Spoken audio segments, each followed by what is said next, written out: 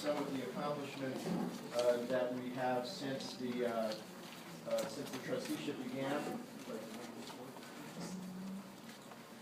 All right. Now, before we recognized some of the people in this room who were involved back when it was Q and who accomplished the affiliation with the Teamsters, which was in and of itself a tremendous undertaking. You remember the vote that we had to have against great odds to make that happen.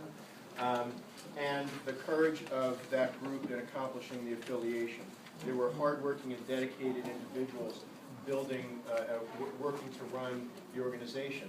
The problem was that we didn't have the structure and the resources at that time in order to be successful. And so it's not meant as a criticism of any individuals or their commitment. When we talk about the real problems that we had to address when this trusteeship began. And I want to review them because I want us to be able to take stock of how far we've come, how much we have accomplished in such a remarkably short period of time. At the start of this year, only 29% membership. Only 29% of the people that we represent were even members of the union. And as Ron and Randy have mentioned, it is absolutely impossible to be successful under those circumstances. If the employer knows that only 29% of the people you represent are even willing to join the organization, then they also know that the people you represent are not ready, prepared to take effective action in support of your goals. And the fact of the matter is, as we know, the union and our members do not get what's right and what's just and what we deserve in bargaining. We get what we can win in bargaining based on the strength of our membership. And so it was an untenable situation to have 29% membership in the union, and everything else that we're doing relates back to this basic problem. But what else? We had few or no union stewards at most locations. We had a low level of member involvement. Even those who were members, we didn't have large numbers of activists. We had inadequate union communication to members, which any of us who have been out now talking to the members on the blitzes know, at least early this year in January, first thing that you would hear is, where have you been? You're my union, where have you been? I've never heard from you. I've been here 20 years. I don't have communication. I don't know what's going on, if anything. And the members want to hear from us. They want to know what we're doing and how they can get involved. We had a minimal political program which was not member-based. And frankly, we had inadequately trained and supervised staff. Now, there were some good folks in that staff, hardworking and dedicated.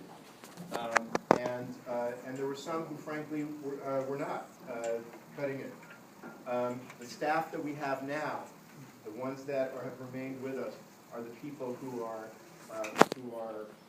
dedicated and able to represent our members effectively. In a word, the members were inactive and disempowered. Our union didn't have power that it needed to get things done, and that helps explain why the organization sat in bargaining for 3 years without a raise and with $0 on the table as an offer. And so at the start of this year, we put together a plan to accomplish nothing less than the transformation of this organization into a different kind of union. Our intention was to transform the character of Teamsters Local 2010 from what we had before to a union whose members are active, informed, and empowered to affect change in the workplace. That was the tall order, and there's lots of aspects to how we set about to make that done, to get that done. So we put together a strategic plan. Some of you have seen this before. You know, you want to have a good plan, you want everyone to know what the plan is, and you want us all working from the plan. And of course, it evolves over time. But our plan had several aspects to it. Union building, first and foremost. We needed to create growth in the number of members and their level of activity. We needed to improve our representation program so that we would provide the highest level of representation to our members. We needed to create a communication program that resulted in consistent, effective communication with the membership and communication on all levels and all means that our members can be communicated with. And political action, to build an influential presence of our members in legislative matters. And finally, to improve the financial and administrative function of the organization. We're going to go over all the things that we've done and accomplished towards these goals. I want to say that we've come a long way, but we sure have a long way yet to go. And we're not going to rest on our laurels, although we are going to mark our achievements because that helps to spur us on to more success. Okay, so I'm going to report to you on each of the aspects of this plan and what we've done, what we've accomplished. And throughout this, we're also going to hear from some of our members in the room who will be talking about the things that they've been involved in. Okay, first, union building. The goals of our 2013 union building program were to dramatically increase the size and involvement of the union's membership. We set out what could only be described